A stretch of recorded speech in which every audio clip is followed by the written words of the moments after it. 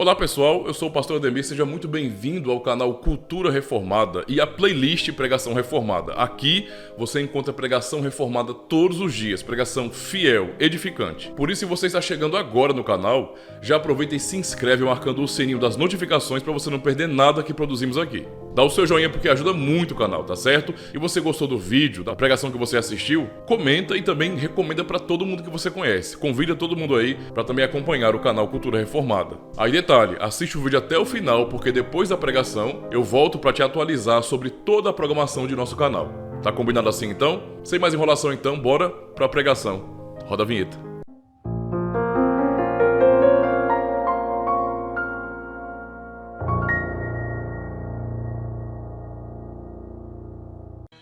Irmãos, vamos abrir as nossas Bíblias mais uma vez, lá em Marcos, no capítulo 15. Vamos ler a partir do versículo 33 até o 39. O título do sermão é Deus meu, por que me desamparaste? Nós vimos ontem a encarnação, hoje de manhã o julgamento dele no Sinédrio, agora a crucificação. A partir do 33. Chegada a hora sexta, houve trevas sobre toda a terra até a hora nona. Na hora nona clamou Jesus em alta voz, Eloi, Eloi, lama sabachthani, que quer dizer, Deus meu, por que me desamparaste?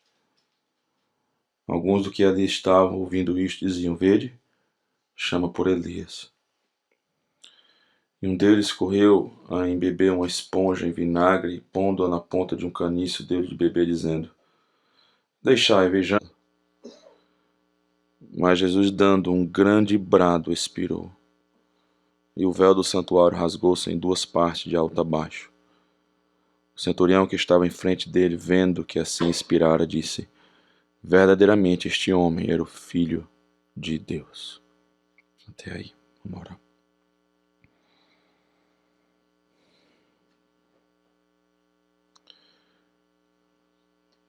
Senhor Deus, bastava só ler esse texto glorioso. Ele é suficiente. Ele vê as angústias do nosso Salvador nesse momento de trevas. E saber que Ele é verdadeiramente o Teu Filho, que deu a vida por nós. Que Teu Espírito Santo, pela Tua leitura da Tua Palavra, exposição dela mesma, possamos ter uma percepção de um pouquinho do que aconteceu no Calvário.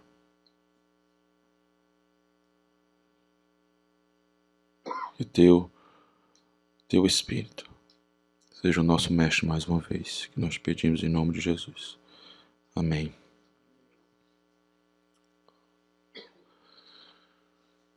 Qual é a razão? Qual a razão de Jesus ter gritado isso? Deus meu, por que me desamparaste? Por que ele foi abandonado pelo Pai? Qual o motivo? Esse texto nos responde. Por que Jesus foi abandonado? Por que ele gritou, Deus meu, por que me desamparaste? Qual a razão? A primeira razão, ele foi desamparado, foi por causa de você. Foi por causa de mim também. Mas eu quero focar em você também. Foi por causa de você. Ele foi desamparado, segundo, foi por causa de Deus. Foi por causa do próprio Deus. E terceiro, ele foi desamparado por causa dele mesmo.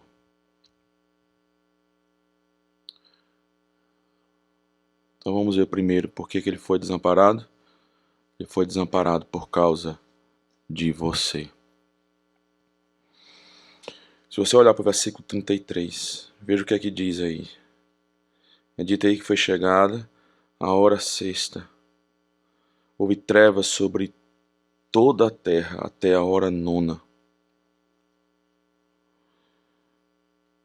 Essa ideia aí da hora sexta até a hora nona é que começou desde o meio-dia. Desde o meio-dia. Sol a pino.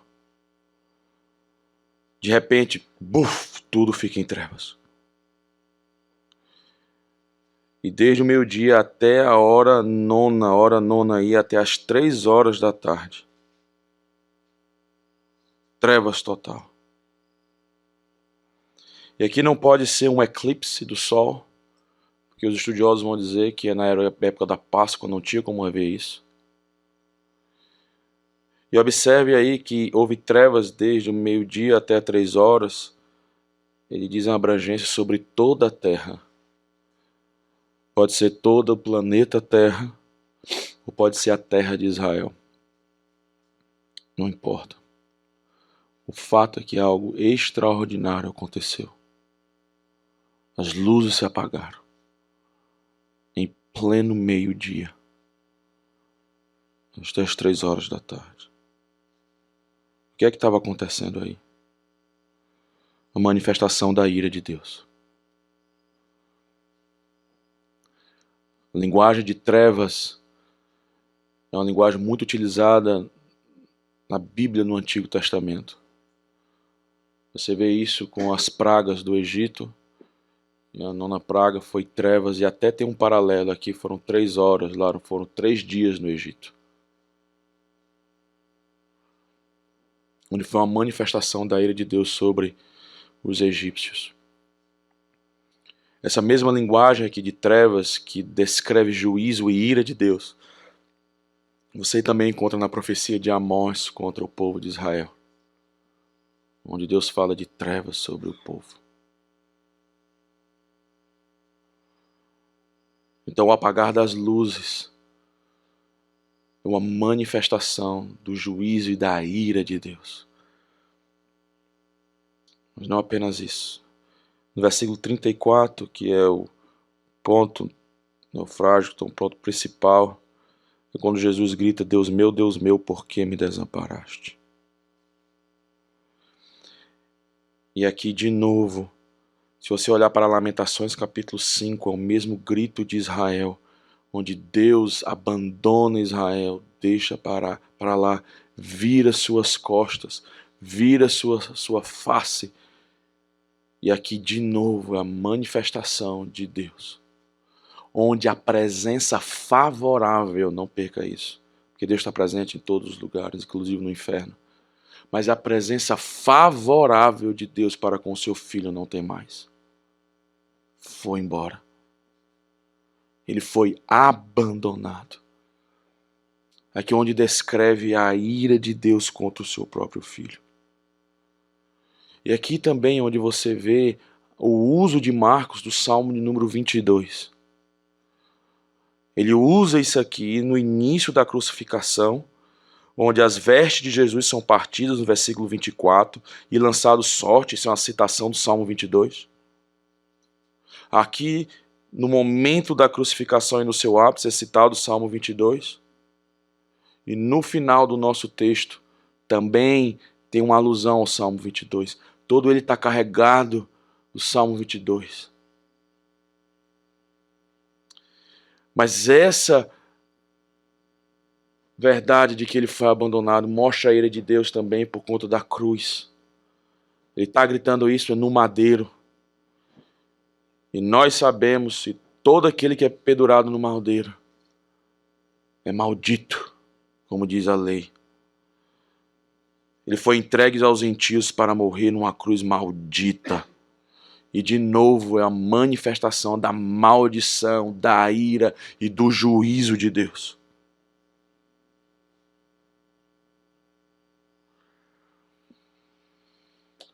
Mas também tem algo aqui impressionante. De meditar um pouco nesse texto. E ficar pensando, ele gritou: Deus meu, por que me desamparaste? Jesus sabia por que ele estava sendo desamparado. Por que ele pergunta então? Ele sabia. Ele tinha noção. Se você estudar Marcos 8, Marcos 9, Marcos 10, que são textos de transição no Evangelho de Marcos, onde ele vai, pela primeira vez em Marcos 8, falar por que ele ia morrer, ou a primeira vez que ele disse que ia morrer, até Pedro tenta repreendê-lo. Lá em Marcos 10, com toda clareza, ele diz porque ia ser entregue aos homens e ia morrer na cruz. É para salvar muitos, ele disse isso.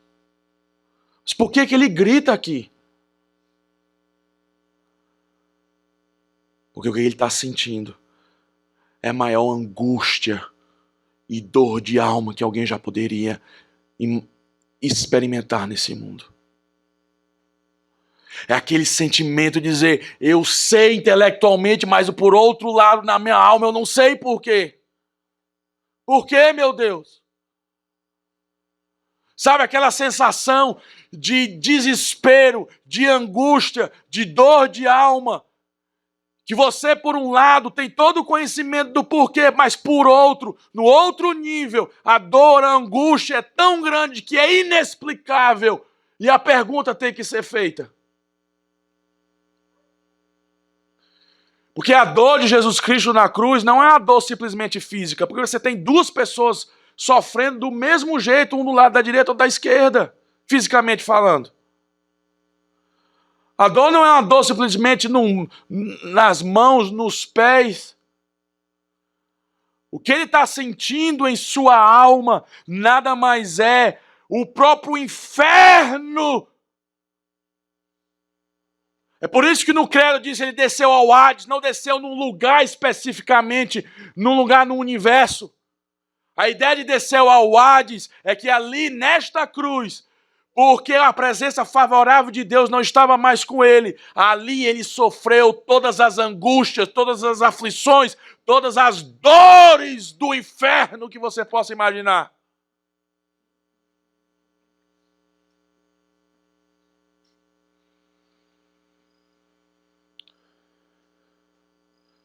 E você já sabe disso. A dor de uma pessoa que lhe abandonou. Já experimentou isso? Você é casado, foi divorciado, uma pessoa que não quer mais saber de você, ele abandonou mesmo. Pessoa que você ama. Ou um filho, ou uma filha. Isso dói muito mais do que um braço quebrado, do que estar no leito de uma cama. É como Spurgeon uma vez disse, o corpo aguenta certas feridas e vai embora, mas a alma aguenta feridas de forma infinita e nunca se acaba.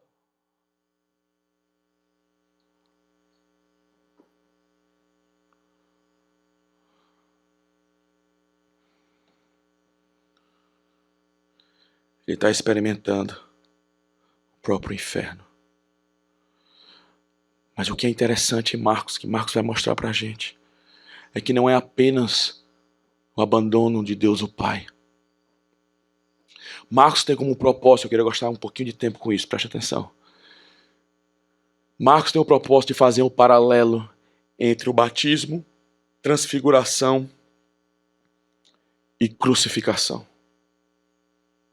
Mas eu queria fazer pelo menos um paralelo entre batismo e crucificação, para que ganhemos mais tempo. E vai no ponto onde eu quero chegar. Existem vários paralelos. Aqui na crucificação, quando Jesus está gritando isso, o véu usa um verbo chamado rasgou o véu. O verbo rasgar, ele é bem singular. A única outra vez que aparece o verbo rasgar em Marcos é lá no batismo, onde rasga o quê? Os céus é rasgado. Aqui na crucificação, diz, ele está chamando por Elias. No batismo, quem é que batiza Jesus? João Batista, que é conhecido pelo quê? Elias.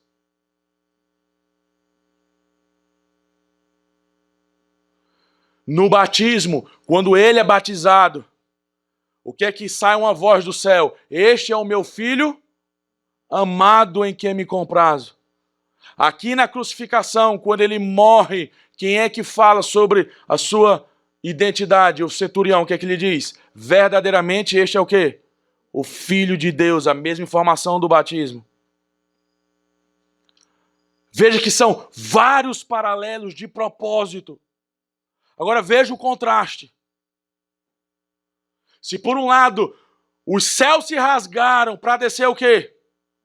O Espírito, e mostrar a harmonia entre o Deus Pai com o Filho que ele se compraz e a descida do Espírito sobre o Filho. Aqui na cruz, onde Jesus foi abandonado, onde Jesus está sofrendo o juízo de Deus, não apenas Deus Pai o abandona, mas também o Espírito Santo, que esteve com ele em todo o ministério. Aí você está inventando, está entrando coisas que não existem, pastor. Depois eu vou mostrar outro texto para vocês, rápido. Em João. Quando você vai para João, no capítulo número 7, vá lá rapidinho, por favor, isso eu quero mostrar. No capítulo 4, Jesus já fala para a mulher samaritana, eu vou lhe dar uma água que você não vai mais ter sede. Na verdade, você vai jorrar rios de água viva. E aí no capítulo 7, João explica que rios de água viva são estes, que vai fluir na mulher samaritana se ela beber daquela água que Jesus vai dar. Ele vai dizer o seguinte, versículo 38, quem crê, versículo 37, parte B, se alguém tem sede, olha, mesma coisa com a mulher samaritana, venha a mim e beba. Versículo 38, quem crê em mim, como diz a Escritura, do seu interior fluirão rios de água viva. Agora, João dá a interpretação. 39, isto ele diz com respeito a quem? Ao Espírito que haviam de receber os que nele crescem. Então, matar a sede com essa água, nada mais é matar a sede com quem? Com o Espírito, ao crer em Jesus.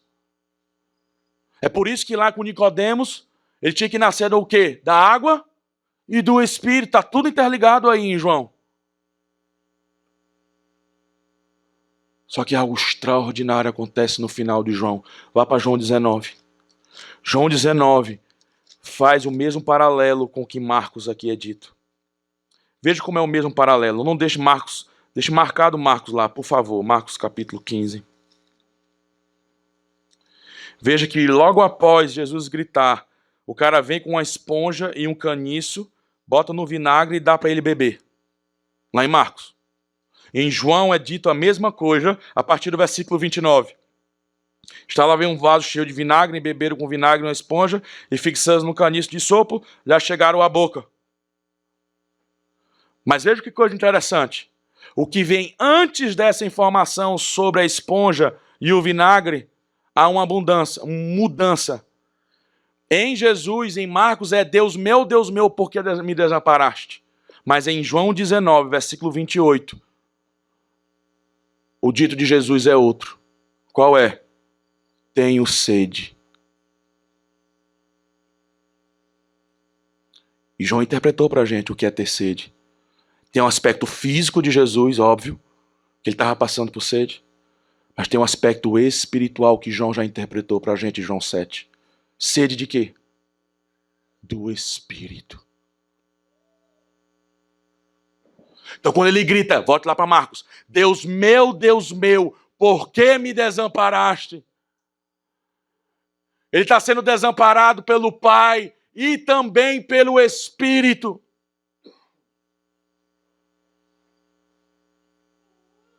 Agora, por que isso, irmãos? Qual a razão? O que levou Jesus para a cruz para sofrer isso? E eu fui para Marcos. Fui elecando, fui alistando os pecados que levaram diretamente Jesus para a cruz. Olha aí quais foram. Traição, mentira, inveja, blasfêmia, assassinato de João Batista, jura falsa, adultério por encenarem divórcios errados, desprezo pela Escritura, em Marcos 7, pelas tradições de homens, abuso de poder, covardia de Pedro, abandono dos discípulos, negação da fé de Pedro, amor ao dinheiro daquela liderança, falta de amor aos perdidos, opressão ao necessitado ao ponto de devorar as casas da viúva, ensino falso, orgulho, dureza de coração, incredulidade, idolatria, rebeldia e também, pasmem, moralismo.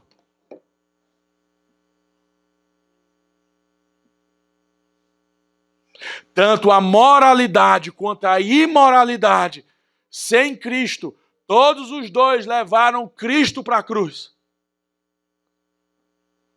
Não foi pessoas da periferia, não foram traficantes, não foram criminosos, foram pessoas religiosas da igreja que levaram Jesus para a cruz.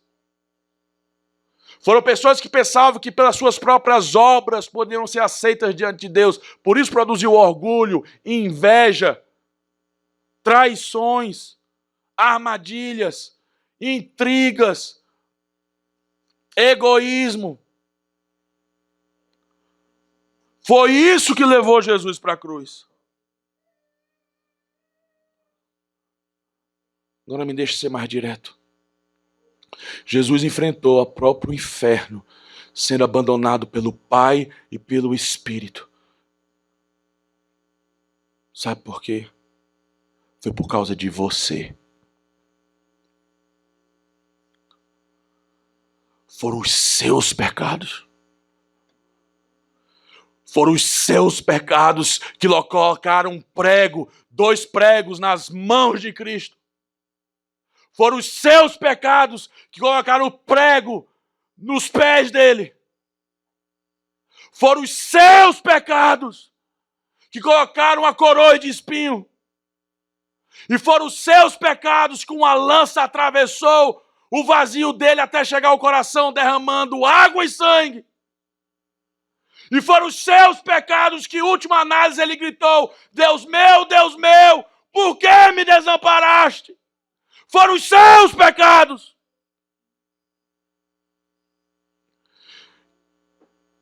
Que fizeram ele padecer isso como Rei da Glória. Foram os seus pecados.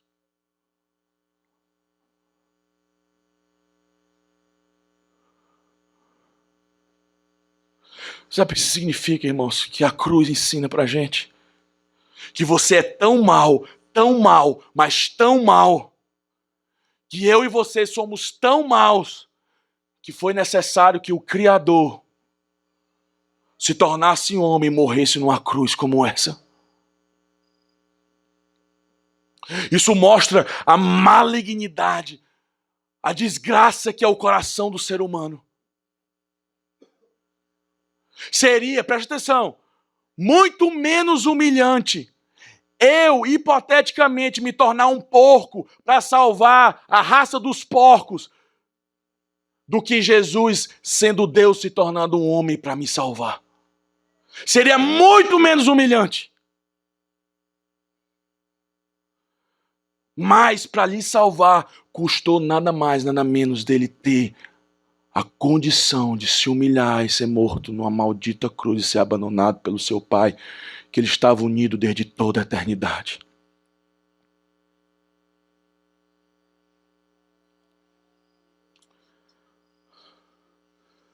Isso mostra que somos maus demais. Não teria outra forma de ser salvo se não fosse assim. Sabe qual é a outra implicação disso? É que por ter necessidade, se isso você entende, que ele morreu por causa dos seus pecados, foi por causa de você que ele foi abandonado. E por isso você é salvo de graça, sem você merecer. Qual é o raciocínio das pessoas? Ah, é assim? Então ele morreu e está pagado as minhas dívidas? Ah, menino, então agora tá tudo bem, agora é pecar mesmo. Aí eu vou pecar, porque é salvação de graça. Não é assim a cultura do nosso país? Que se a salvação de graça, a alternativa é, então eu vou cair na gandaia? Então você não está ouvindo o que está sendo pregado. Foi por causa dos seus pecados que a única maneira possível e necessária para resgatar você do inferno foi ele ter recebido o seu pecado no seu lugar e receber o inferno por você. Sabe o que isso tem que produzir em você? Não é voltar para o pecado, é exatamente o oposto que a cruz ensina. Sabe o que é? Ódio pelo pecado. Ódio!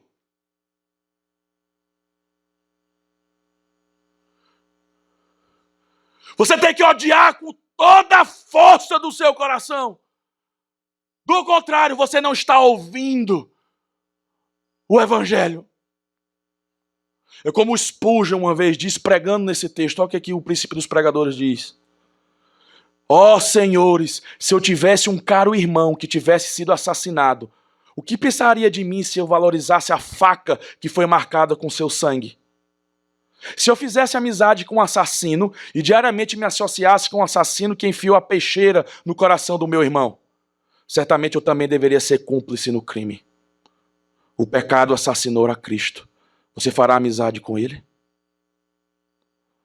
O pecado perfurou o coração do Deus encarnado. Você consegue amá-lo? Esse pecado. Oh, que se houvesse um abismo tão profundo quanto o sofrimento de Cristo, que eu possa de uma vez por todas lançar esta faca do pecado em suas profundezas, de onde nunca mais seja trazida a luz de novo. Vá embora, pecado! Pois você é pecado, crucificou o meu Senhor e o fez gritar, por que me desamparaste?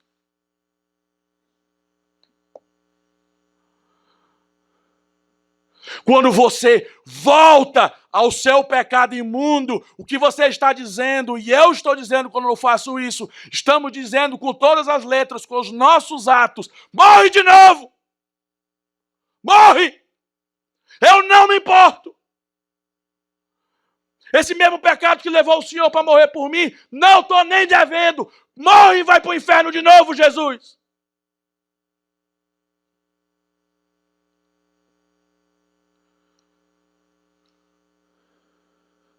E já que eu estou falando aqui que a maioria são jovens, não são nem adolescentes, Deus ser bem duro mesmo. Quando você estiver prestes a ver uma pornografia, ou estiver com alguém que não é sua mulher, está prestes a penetrar alguém que não é sua mulher, é a mesma coisa de enfiar de novo a lança no coração de Jesus e dizer, morre de novo!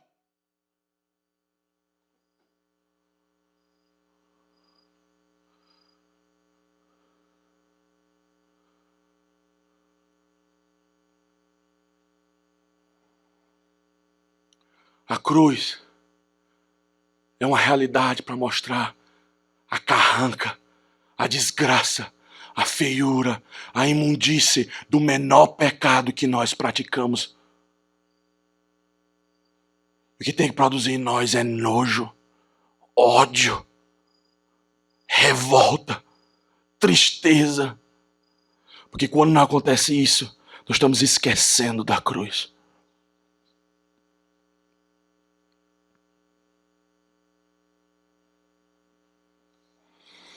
Então por que ele foi abandonado? Foi por causa de você. Foi por causa do seu pecado. Arrependa-se. Por que Jesus foi abandonado? Foi por causa de Deus. Versículos 35 a 38. Olha aí. Alguns dos que ali estavam, ouvindo isto, diziam, vede, chama por Elias. E um deles correu a embeber uma esponja de vinagre, e pondo-o na ponta de um caniço dele de beber, dizendo, deixai e vejamos se Elias vem tirá-lo. Mas Jesus, dando um grande brado, expirou, e o véu do santuário rasgou-se em duas partes, de alto a baixo. Eles continuam zombando de Jesus. Já haviam feito isso nos versículos anteriores. Ah, é tu que destrói o santuário em 3 dias e reedifica? Desce daí. E aí quando Jesus está no ápice da sua dor, eles continuam zombando, dizem, está chamando por Elias. Os estudiosos dizem que provavelmente eles escutaram Elias por causa do aramaico, Eloi, Eloi, lama sabachthani. E a ideia é de que Elias salvaria o justo que está sendo acusado de forma injusta e Elias viria para resgatar. Ah, vamos ver, está chamando por Elias. Deixa a gente tirar. Vê, ele chama por Elias. E nesse momento da dor, eles vão, correm, pegam uma esponja, botam no vinho, junto numa ponta de um pedacinho de pau, bota lá dentro e dá para ele beber. E aí eles zombam de novo. Vamos ver se Elias vem tirá-lo.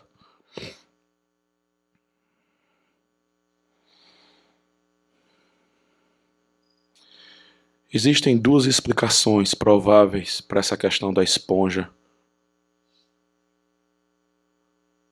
caniço e o vinagre na boca de Cristo. A primeira explicação histórica é que no início da crucificação, eles oferecem a Jesus, no versículo 23, se você olhar, dão para ele um vinho misturado com mirra. E essa primeira bebida é para anestesiar a dor daquele que está sendo crucificado. E Jesus diz, não, eu não quero. Se eu tenho que sofrer por aqueles que são meus, essa é a ideia, eu vou sofrer até a última gota, sentindo todas as aflições que têm que ser sentidas por eles, com minha consciência clara, limpa e não entorpecida. E agora, quando aparece esse outro tipo de bebida, essa daqui não é para melhorar ou dar anestesia, não é o oposto, é para prolongar ainda mais a dor dele. E aí Jesus bebe. E lá, como vimos de Jó, estava com sede, de beber. Se é para prolongar, vamos nessa. É aquela ideia que vai tomar a última gota do cálice divino. Mas existe a outra possibilidade para interpretar essa questão da esponja, do vinagre e do caniço. Eu fui atrás pesquisar essas palavras historicamente.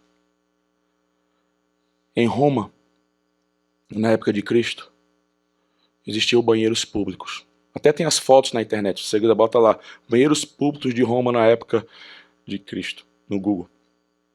E até hoje estão lá, ao ar livre, vários assentozinhos, até naquela época era tecnologicamente avançado, tinha até a água correndo para levar os dejetos. E era ao ar livre, fica até imaginando todo mundo peladão fazendo as necessidades. Número 1 e número 2. Os banheiros públicos. Mas depois do indivíduo fazer o seu serviço, somente o número 2, a pergunta que se faz é: qual era o papel higiênico utilizado? Sabe qual era? Uma esponja e um caniço. Onde era utilizada uma só, para várias pessoas, e era higienizada num vinagre.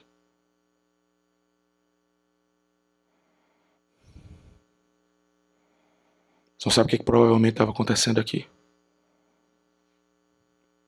No momento de maior aflição, onde Jesus está experimentando o inferno na sua própria alma, o que os homens fizeram do Criador do Universo foi pegar uma esponja imunda de número 2, colocar no caniço e enfiar na boca dele.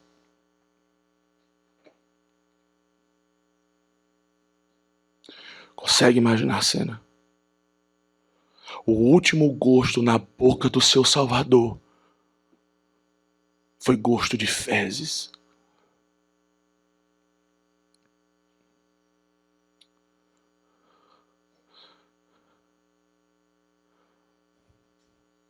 Dá para você compreender o tamanho disso? Isso não se faz nem no pior, nem com cachorro morto não se faz. Isso é inimaginável, pegar aqueles cachorrinhos que estão ali e fazer com eles, botar eles numa cruz e tacar fezes na boca deles e morre desgraçados.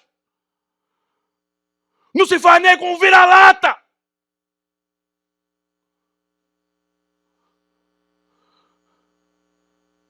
E fizeram isso com o seu Salvador. Nós fizemos isso.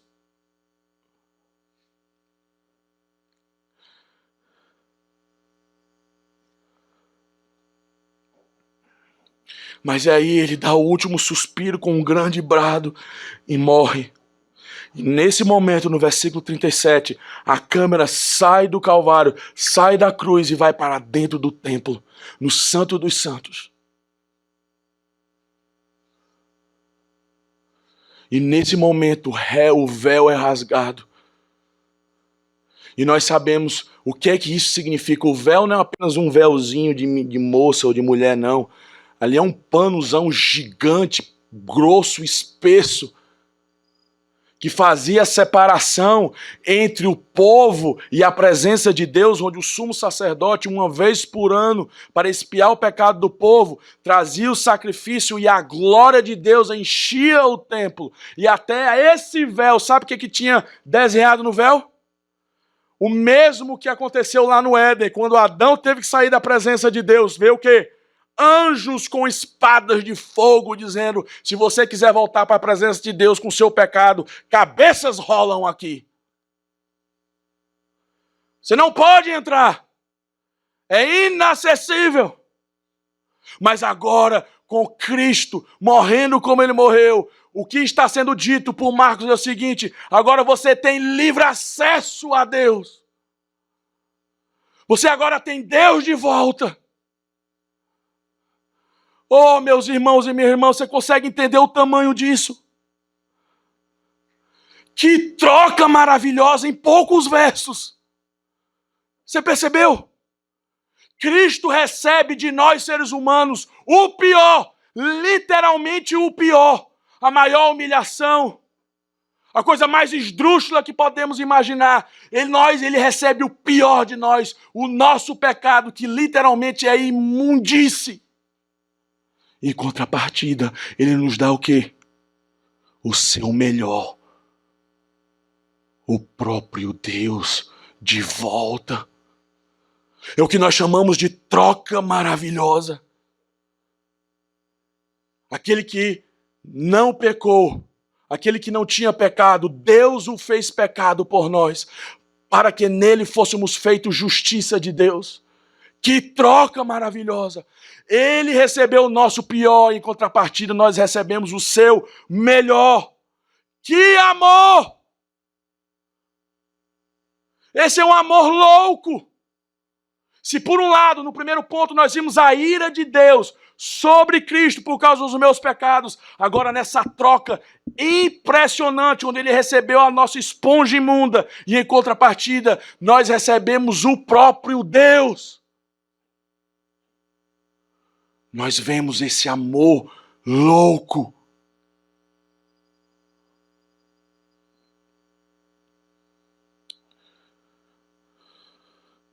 E aqui você começa a perceber que o Evangelho é exatamente isso. Sabe o que é? O Evangelho não é simplesmente que os seus pecados estão perdoados. Isso seria insuficiente. Os seus pecados são perdoados para um propósito maior.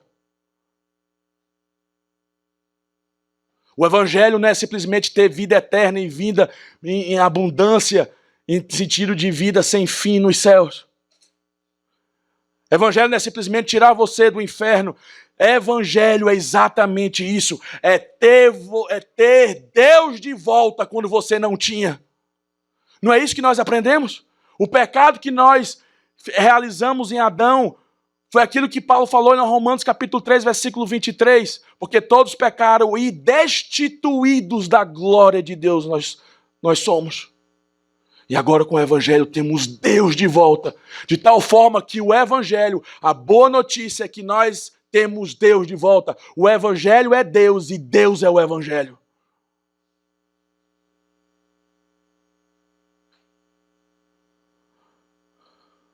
Que amor louco. Consegue ver a beleza? É por isso que quando você consegue enxergar a beleza do que ele fez por você, agora a lei não é peso mais, é deleite. Agora o fardo de Cristo é leve. Agora obedecer e dever é a mesma coisa de prazer. É o que John Newton, em suas poesias, ele falou isso. Vou achar aqui. Ele falou isso. E até eu traduzi e consegui fazer rima. Olha o que ele diz aqui.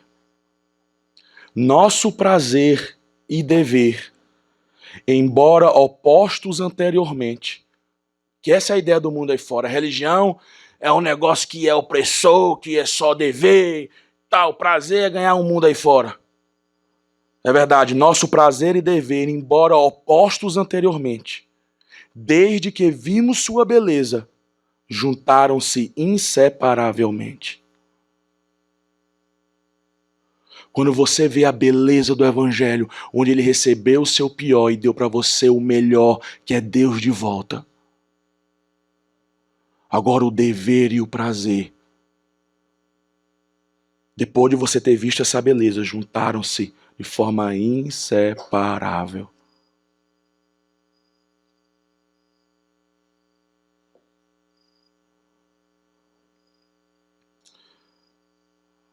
Mas sabe por que muitos, depois de eu falar e de ver essa verdade, talvez você está ouvindo isso e você não está nem se importando. Talvez tenha algum de vocês aqui que está ouvindo, não move uma palha do seu sentimento. Sabe por quê? Vou lhe dizer por quê. Vou lhe dizer por que o seu coração ainda é duro. Vou lhe dizer por que os seus ouvidos ainda estão tapados. Sabe por quê? Tem um livrinho, um sociólogo, agnóstico, o cara nem é cristão, chamado The Real American Dream, verdadeiro sonho americano. Meditações sobre esperança. Livrinho bem pequenininho. 3 capítulos, onde esse sociólogo vai analisar a sociedade americana em 3 etapas, no início, no meio e no século XX. Eu vou aplicar para o século XXI também. E a tese dele é que os seres humanos, a forma como eles enfrentam as angústias, as dificuldades e os sofrimentos e aflições da vida é através de esperança. Todos nós somos assim. A forma como você aguenta as pancadas da vida vai depender da esperança que você tem. E aí ele analisa cada sociedade americana através da esperança que aquela sociedade tinha. Com 3 capítulos. Então, no início dos Estados Unidos, com a descoberta com os peregrinos, adivinha como é o nome do primeiro capítulo, que é o nome da esperança? Deus. God. Depois, no momento de ter se formado quase na independência americana, adivinha qual era a esperança daquela galera? Nation, pátria, nação. E depois no século XX, adivinha onde é que estava a esperança de acordo com aqueles sociólogos americanos daquela época? Do século XX e do século XXI. É até irônico. Self. Eu mesmo. Aí veja a análise dele, a conclusão do livrinho desse tamanho. Espetáculo a conclusão. Ele diz o seguinte: apesar do século XX e o século XXI, temos vantagens tecnológicas, medicinais, avanços impressionantes de conforto, de longevidade, de vivermos mais.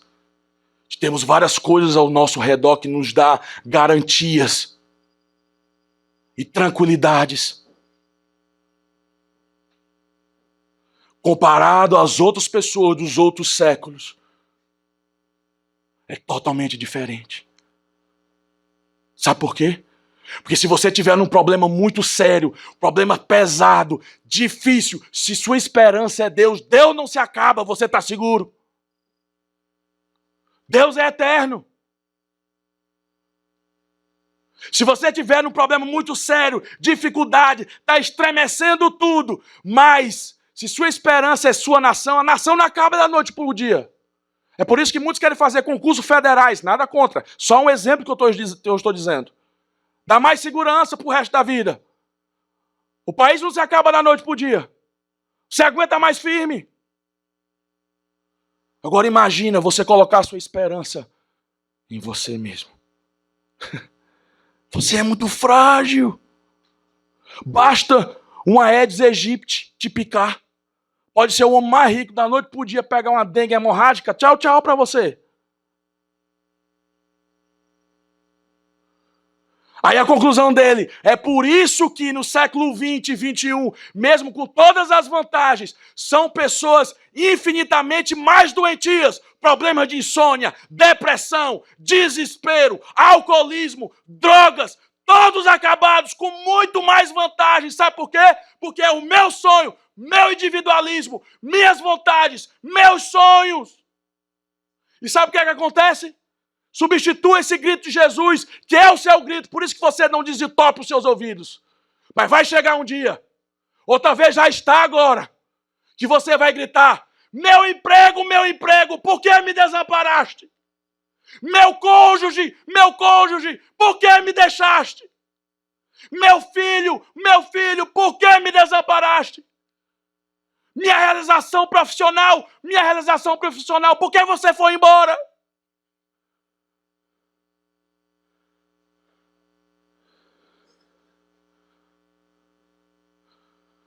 Hoje, o Evangelho fala para você com todas as letras. É loucura você fazer isso. Não, o Evangelho é a boa notícia que você não precisa dessas coisas para ser feliz, porque uma vez você tem, no outro dia você perde. Mas Cristo morreu por você a fim de perdoar os seus pecados, a fim de você ter um fundamento construído na rocha que nunca vai se acabar, que é Deus com você para sempre, mesmo com as piores circunstâncias da vida.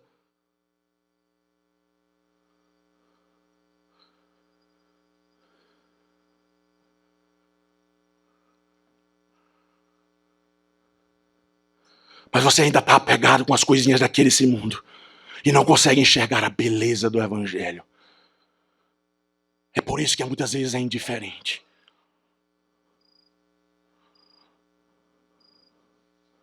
Ah, não. Hoje é dia de mudar isso. Hoje é noite para de mudança. Por que ele foi abandonado? Por causa de Deus. Para que você pudesse ter Deus de volta. O Deus verdadeiro. O seu Criador que você perdeu há tanto tempo e ainda talvez insiste ficar longe dele.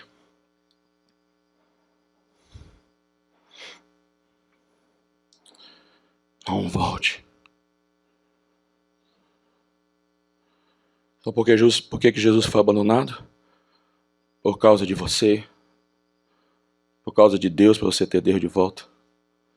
Por último, por causa dele mesmo. Por causa dele mesmo.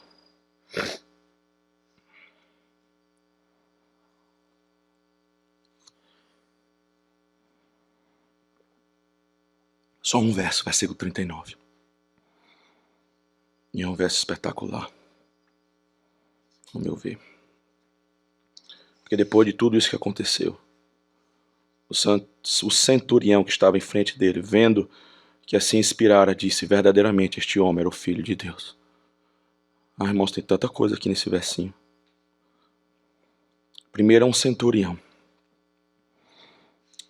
Um centurião, pessoal, para chegar onde ele chegou, cuidar no mínimo de 80 soldados no exército romano, ele tinha que passar vários anos, de 15 a 20 anos para chegar lá. E a mentalidade de um soldado desse é de que poder, autoridade, soberania se conquistava enfiando uma espada na carne de outro e derramando o sangue dele.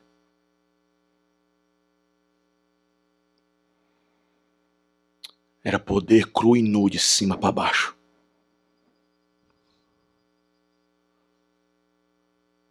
Era alguém que tinha orgulho da pátria.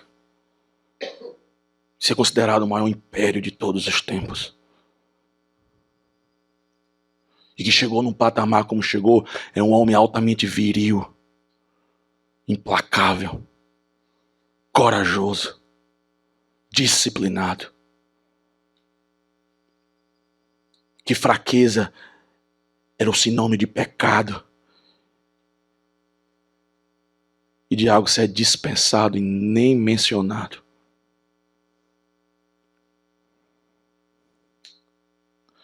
Mas esse homem, ao ver Jesus fazer o que ele fez aqui nessa cruz, ele grita, não grita não, ele diz, veja, verdadeiramente, essa primeira palavra é importante, verdadeiramente, é sem dúvida nenhuma. E aí veja a teologia desse centurião, é algo que provavelmente esse homem aqui teve ensino, teologia de alguma maneira, ou por Jesus, ou pelos discípulos, porque veja a teologia dele, verdadeiramente este homem, ele está dizendo que Jesus é homem, de carne e osso mesmo, mas ao mesmo tempo o que? Este homem era o Filho de Deus.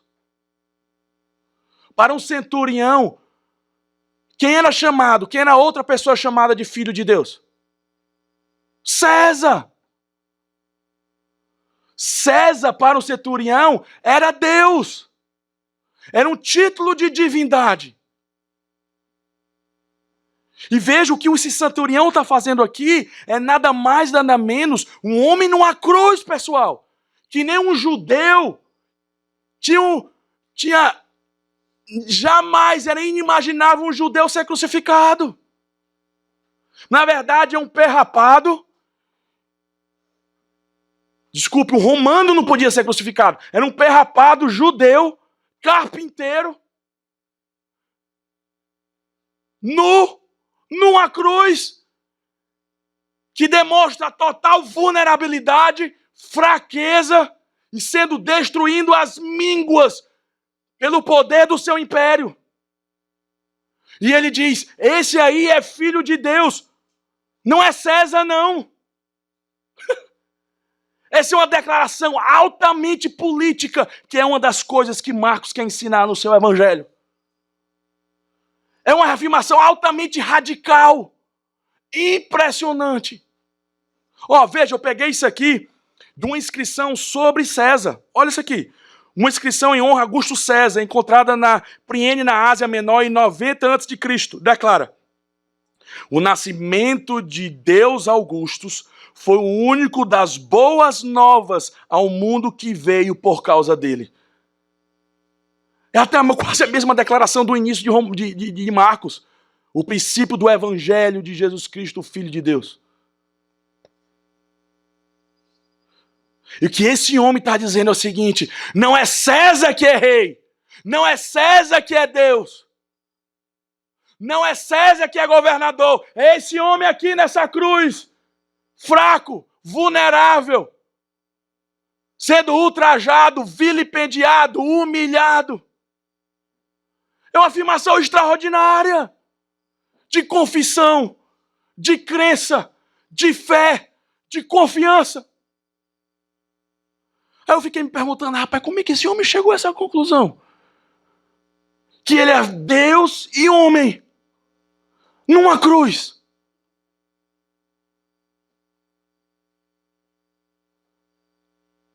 Eu acredito que a narrativa nos dá uma indicação. Você quer ver? Porque depois de Jesus ter morrido, veja o versículo número 44, por favor.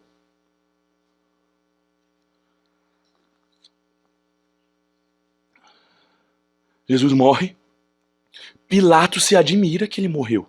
Olha o versículo 44. Mas Pilatos admirou-se de que ele já tivesse morrido. E tendo chamado o centurião, perguntou-lhe se havia muito que morrera. Oxe, ele morreu antes do tempo. Chama lá o centurião que confessou isso aí. Vê se é verdade. O centurião veio e aquele homem era experiente em crucificação. Um monte de crucificado, ele sabia exatamente. Ele disse, não, ele morreu. E morreu antes do tempo. Foi. E aí você vai para a narrativa quando ele morre. Veja algo extraordinário nela. Volte para a narrativa. Veja o que é que ele faz no versículo 34. A hora nona clamou Jesus em alta voz. Eloi, Eloi, lama sabachthani. E aí nós vemos toda a história do véu, do vinagre, babá. E aí no versículo 37. Mas Jesus, dando de novo, em alta voz, ou um grande brado, o que é que ele faz? Respirou. Mas preste atenção, que isso não é imaginação minha. Veja o versículo 39 agora.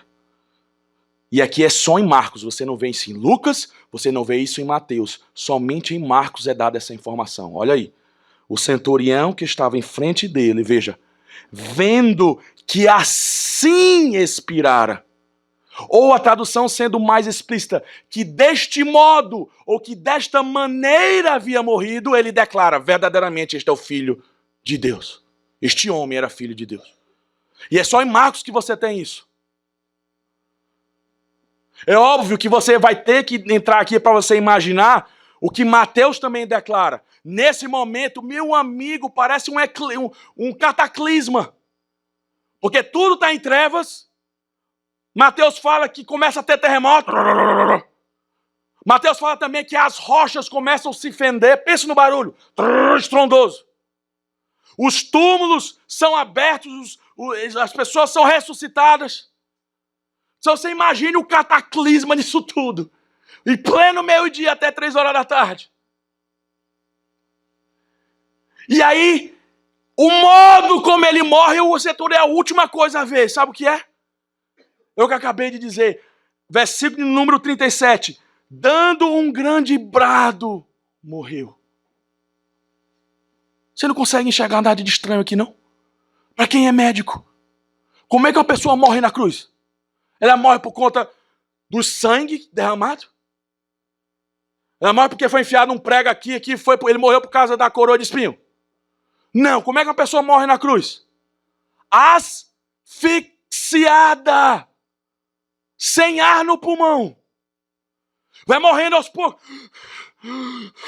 E até ele faz força para poder o diafragma pegar mais ar, e ele fica nessa posição o tempo todo para poder resistir. A morte é lenta e aos poucos vai queimando o pulmão e ele morre sem fôlego. Como é que uma pessoa morrendo sem fôlego vai fazer o seguinte? Ah! É para acordar quem está dormindo aí. Precisa muito pulmão, ou muito ar no pulmão.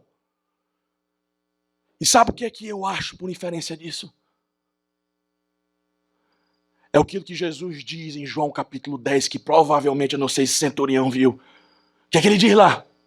Ninguém tira a minha vida. Eu mesmo a dou e a reavejo.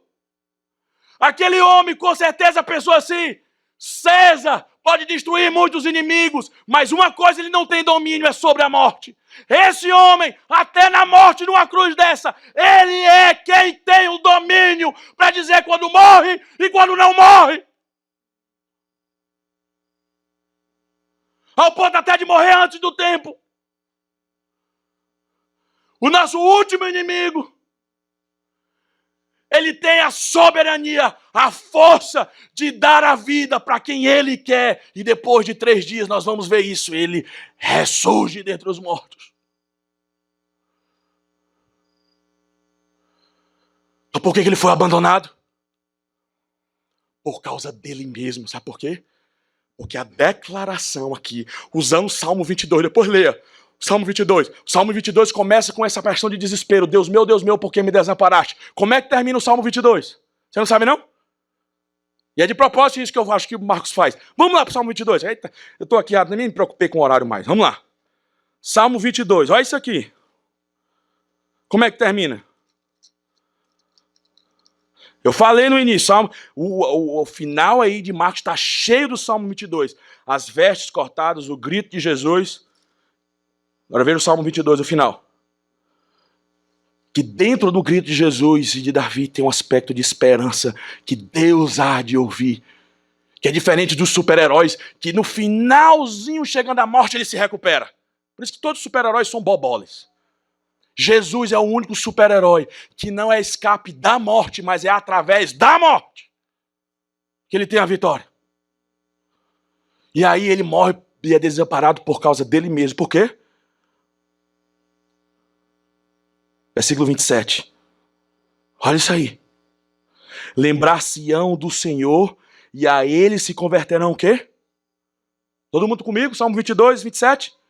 E a ele se converterão os confins da terra. Perante ele se prostrarão todas as famílias das nações. Quer ver o início disso? Na cruz. Onde?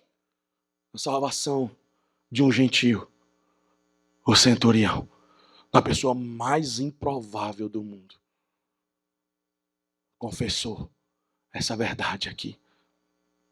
É daqui, com esse evangelho, de uma pessoa numa cruz, o inimaginável, vai alcançar o Império Romano todo em poucos anos e alguns séculos. É assustador o evangelho. Ele foi abandonado por causa dele mesmo, para que ele pudesse ser famoso entre as nações. E aí eu queria ler e terminar com 2 citações. E aí a gente vai embora. É um textozinho maravilhoso de James Allan Francis. O nome é Uma Vida Solitária. Diz assim: Jesus nasceu numa vila obscura, filho de uma camponesa. Cresceu em outra vila onde trabalhou numa carpintaria até os 30 anos.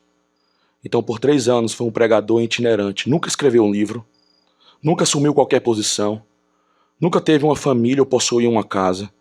Ele não cursou uma faculdade, nunca visitou uma cidade grande, nunca viajou mais de 350 quilômetros além do lugar onde nascera.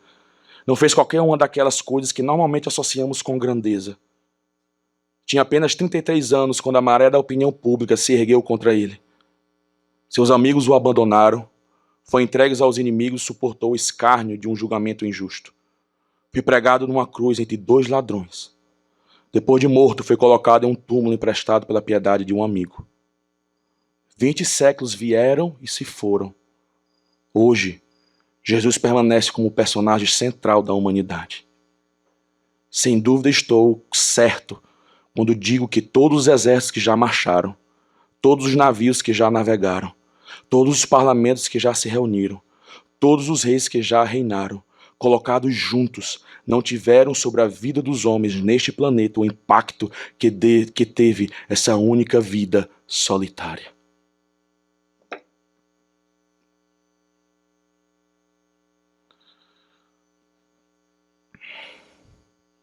Se você tem um ente querido que você tem lutado para que o evangelho o alcance, não se desanime. Se esse evangelho foi capaz de salvar você, se esse evangelho foi capaz de salvar um centurião tão improvável como esse e alcançar nações, não perca a esperança de que esse Jesus solitário numa cruz pode alcançar sim seu ente querido. Pode pegar os seus filhos. Você não produziu filhos para povoar o inferno. Renove suas esperanças. Porque esse Jesus é impressionante. Ele é o Rei dos Reis. Na verdade, ele é o Supremo. A sua supremacia é impressionante. Não tem ninguém, como acabamos de ler, ninguém igual. Quem foi que fez isso? Quem é mais famoso que Jesus hoje? Em tudo aquilo que pensamos como grandeza, ele fez o oposto. Ele é supremo. E aqui eu queria, como disse a última citação, longa. Mas aí, se você quiser, feche os seus olhos. Contemple naquilo que vai ser dito. Essa citação aqui mostra da supremacia de Jesus Cristo.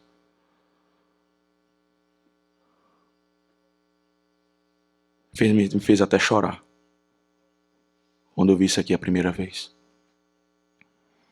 E aí a gente termina. A supremacia de Cristo. Escrito por John Piper, diz assim: A supremacia de sua deidade, igual com Deus Pai em todos os seus atributos. Jesus Cristo é o esplendor da glória e a expressão exata do ser de Deus, infinito e incomensurável em todas as suas excelências. Observe a supremacia de sua eternidade. Faz com que a mente dos homens explodam com o pensamento inescrutável que Jesus Cristo nunca teve um começo, mas simplesmente foi sempre pura realidade absoluta, enquanto o próprio universo é frágil e contingente, uma sombra em comparação com a constância e existência definitivas e imutáveis de Jesus. A supremacia de seu conhecimento, que torna a biblioteca do Congresso americano parecer com um caixa de fósforo e toda a informação da internet parecer com um almanaque de fazendeiro de 1940 e a física quântica parecer com um livro de maternal. E tudo que Stephen Hawking, o maior cientista do nosso tempo, jamais sonhou é como nada em comparação com o conhecimento de Jesus Cristo. A supremacia de sua autoridade. Toda autoridade me foi dada nos céus e na terra. Autoridade sobre os céus e a terra e o inferno, sem sua permissão, nenhum homem, nenhum demônio pode mover 1 centímetro. Ele muda tempos e estações. Jesus levanta reis e derruba reis. Jesus tanto faz de acordo com sua vontade no exército dos céus e entre os habitantes da terra, e ninguém pode deter sua mão ou dizer, por que fazes assim? A supremacia de sua providência.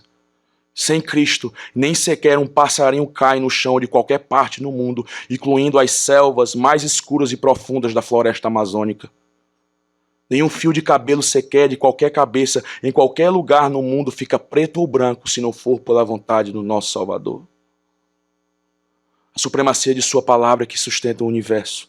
Sustenta em existência as moléculas e átomos e todo o mundo subatômico que nunca jamais sonhamos em descobrir.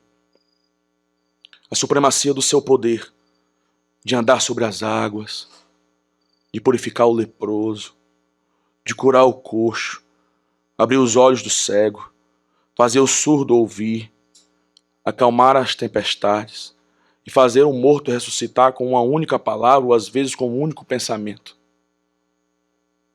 A supremacia de sua pureza. Jesus nunca pecou e jamais pecará.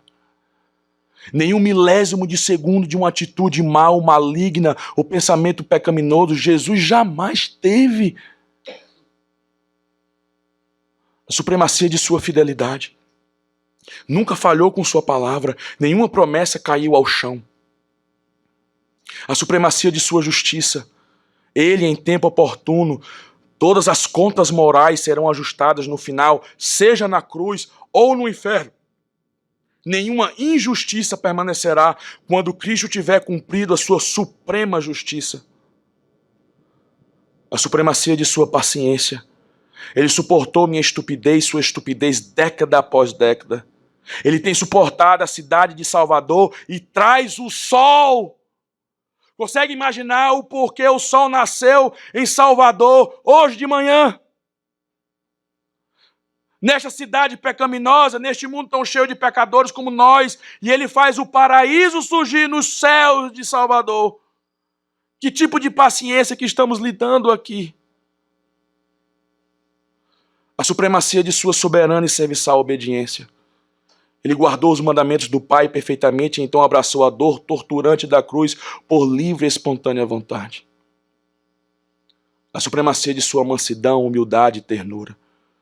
Ele não esmagará a cana quebrada e nem apagará o pavio que fumega. A supremacia de sua ira. Um dia, sua ira explodirá neste planeta com tamanha fúria que as pessoas clamarão que as rochas e as montanhas caiam sobre elas e as esmaguem para que não tenham que ver a ira do Cordeiro. A supremacia de sua graça. Jesus dá vida ao morto espiritual. Ele desperta fé para aqueles que, irados contra Deus, presos para o inferno, possam crer nele. Ele justifica o ímpio com sua própria justiça. A supremacia do seu amor. Ele desejosamente morre por você e eu, sendo nós ainda pecadores, enquanto éramos contra ele, a fim de que possamos ter uma alegria crescente e engrandecê-lo para sempre. A supremacia de sua alegria é inextinguível. na comunhão da Trindade, poder infinito, energia infinita, alegria infinita, enchendo e transbordando na criação do universo e tornando-se para você um dia uma herança para todos os santos lutadores. Foi para isto que fomos criados.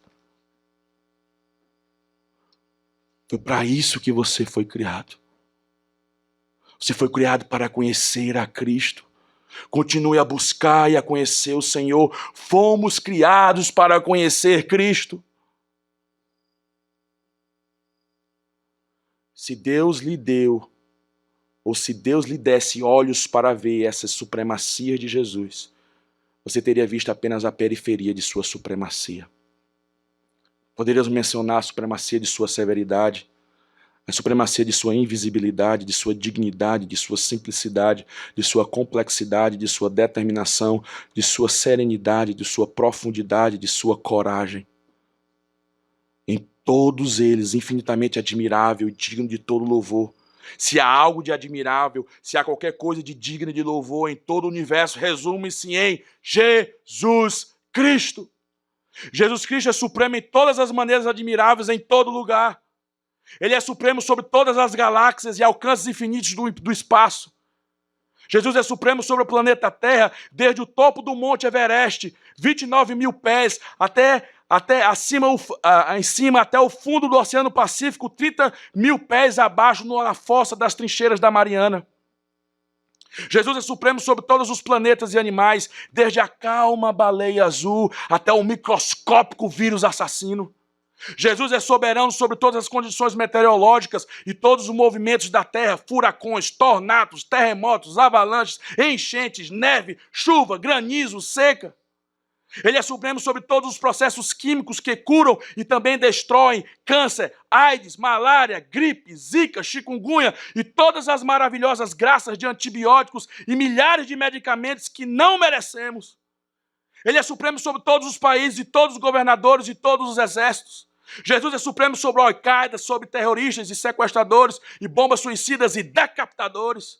Ele é supremo sobre Kim Jong-un, sobre Bashar Assad. Jesus é supremo sobre Barack Obama, sobre o Temer, sobre Trump, sobre Dilma. Jesus Cristo é supremo sobre as ameaças nucleares, sobre as ameaças químicas do Irã, da Rússia, da Coreia do Norte, dos Estados Unidos. Ele é supremo sobre o mensalão, sobre o petrolão e toda a corrupção e todos os regimes desonestos deste mundo. Jesus é supremo sobre a política, eleições e debates. Ele é supremo sobre a mídia, notícias, entretenimento, esportes, lazer, educação nas universidades, independentemente dos que ensinam. Ele é supremo sobre academicismo, sobre pesquisa científica, sobre todo negócio, comércio, finanças, indústria, fabricação, transporte, internet e todos os sistemas de informação. Como o político holandês Abraham Kuyper famosamente uma vez disse, não há nenhum centímetro quadrado no planeta Terra onde Jesus Cristo não diga, meu!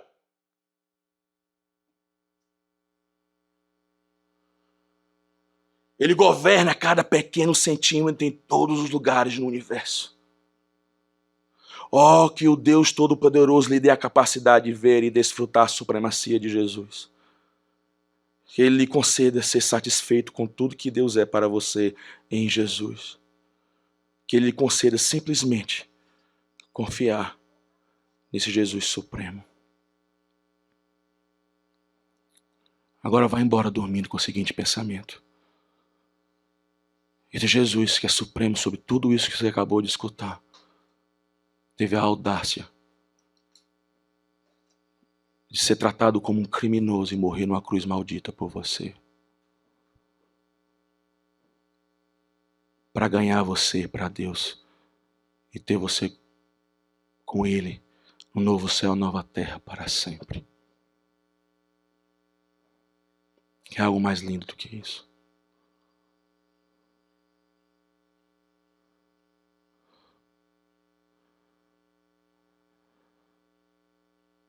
Ele é supremo. E a cruz revela isso. Senhor Deus, muito obrigado.